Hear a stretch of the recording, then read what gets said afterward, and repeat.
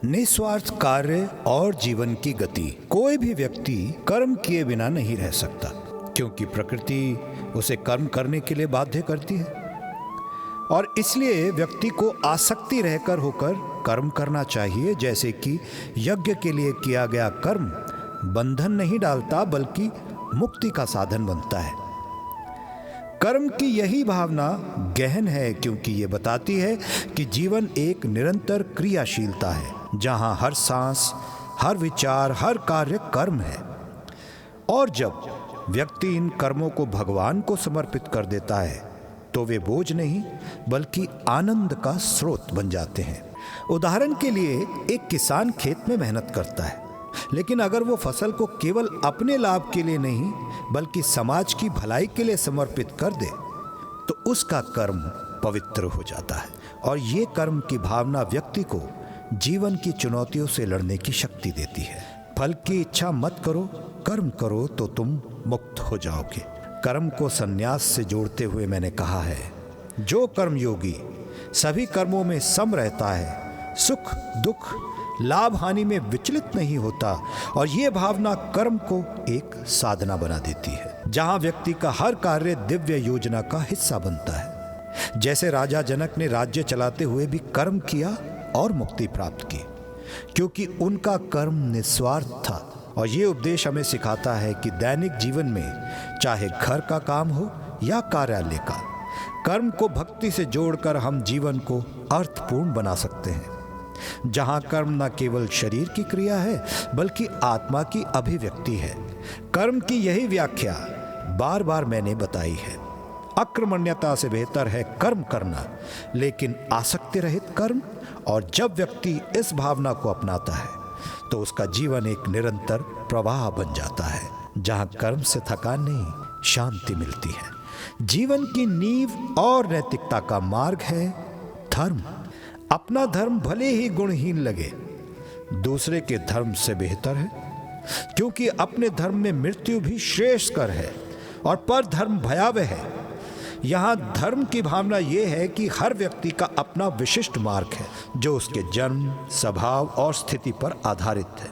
जैसे अर्जुन का धर्म योद्धा का है, इसलिए युद्ध से भागना उसके लिए अधर्म है। और ये भावना व्यक्ति को आत्म स्वीकृति सिखाती है, जहां वो अपनी भूमिका को सम्मान देता है और धर्म का पालन करके समाज की व्यवस्था बनाए रखता है।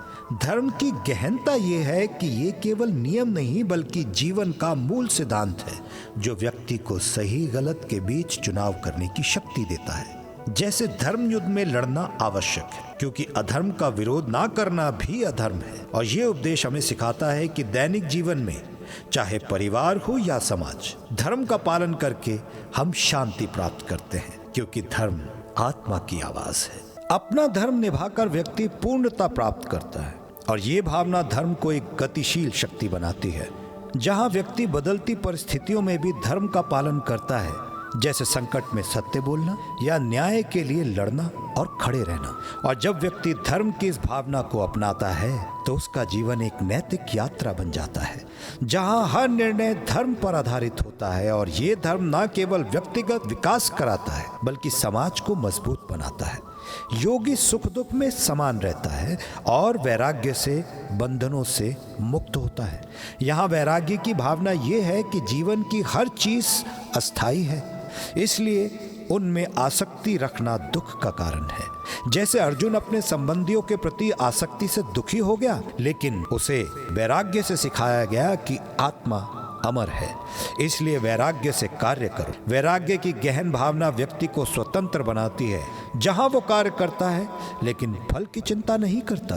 जैसे एक कलाकार अपनी कला में डूब जाता है बिना प्रशंसा की अपेक्षा के, और ये वैराग्य जीवन को हल्का बनाता है, क्योंकि आसक्ति से बोझ पड़ता है। जहां योगी इंद्रियों पर विजय प्राप्त करता है और वैराग्य से मन शांत होता है। ये भावना हमें सिखाती है कि वैराग्य सांसारिक सुखों का त्याग नहीं बल्कि उनमें डूबे बिना आनंद लेना है। और जब व्यक्ति वैराग्य अपनाता है तो वो जीवन की हर चुनौती को आसानी से पार कर जाता है। जैसे दुख में भी शांत रहता है, वैराग्य को भक्ति से भी जोड़ा गया है, जहां भक्त वैराग्य से भगवान को प्राप्त करता है। और ये भावना जीवन को एक आध्यात्मिक यात्रा बनाती है।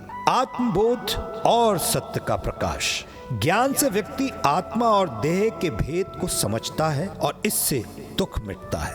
यहाँ ज्ञान की भावना यह है कि ये केवल किताब नहीं बल्कि अनुभवजन्य है, जो व्यक्ति को अज्ञान के अंधकार से निकालता है। जैसे अर्जुन का अज्ञान युद्ध से भागने का कारण है, लेकिन गीता का ज्ञान उसे साहस देता है। ज्ञान की गहनता व्यक्ति को विवेकशील बनाती है, जहां वो सही निर्णय लेता है। ज्ञान की यही भावना जीवन को स्पष्ट बनाती है, जहां व्यक्ति सभी में एकत्व देखता है। समर्पण की भावना और दिव्य प्रेम है भक्ति। भक्त मुझे निरंतर याद करता है और भक्ति से मुक्ति मिलती है। मुक्ति की भावना हृदय की है, जहां व्यक्ति भगवान को सब कुछ समर्पित कर देता है। भक्ति की गहनता जीवन को भक्ति से भर देती है, जहां हर कार्य पूजा है। बंधनों से मुक्ति और शाश्वत शांति है मोक्ष। मेरी शरण में आ, मैं मुक्त कर दूंगा। मोक्ष की भावना संपूर्ण समर्पण है, जो व्यक्ति को जन्म मृत्यु के चक्र से मुक्त कराती है। मोक्ष की गहनता जीवन को उद्देश्यपूर्ण बनाती है। चुनौतियों का सामना और आंतरिक शक्ति है साहस। साहस गीता में युद्ध के माध्यम से आता है, जहां अर्जुन को साहस दिखाते देखा गया है। साहस की भावना डर पर विजय है, जो व्यक्ति को मजबूत बनाती है। मन की स्थिरता और आंतरिक संतुलन है शांति। जहां योगी शांत रहता है, शांति की भावना संयम से आती है। इंद्रियों को नियंत्रित करने के रूप में है संयम। संयम की भावना व्यक्ति को स्वामी बनाती है। निस्वार्थ मदद और लोक कल्याण है सेवा। सेवा लोक संग्रह के रूप में है, जहां व्यक्ति दूसरों की भलाई के लिए कार्य करता है। सेवा की भावना करुणा से भरी है, जो बिल्कुल बिना किसी लालच के है, बिना किसी लालच।